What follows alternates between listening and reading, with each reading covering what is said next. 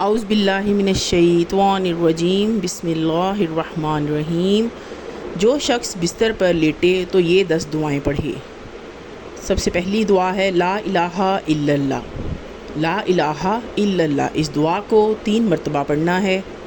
دوسری دعا ہے استغفر اللہ، استغفر اللہ، اس دعا کو 7 مرتبہ پڑھنا ہے۔ لا حول ولا قوت الا باللہ، لا حول ولا قوت الا باللہ، یہ تیسری دعا ہے، اس کو 3 مرتبہ پڑھنا ہے۔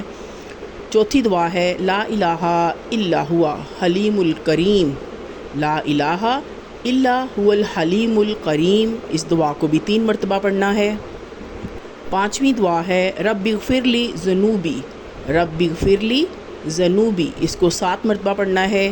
چھٹی دعا ہے ان اللہ علی کل شیء قدیر، ان اللہ علی کل شیء قدیر، اس کو 3 مرتبہ پڑھنا ہے۔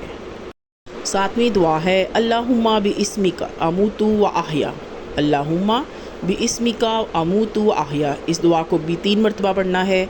آٹھویں دعا ہے سبحان اللہ العظیم و بحمدی، سبحان اللہ العظیم و بحمدی، اس کو بھی 3 مرتبہ پڑھنا ہے۔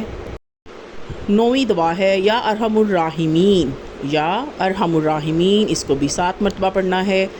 صلی اللہ علی محمد، صلی اللہ علی محمد، یہ 10ویں دعا ہے آخری، اس کو 7 مرتبہ پڑھنا ہے۔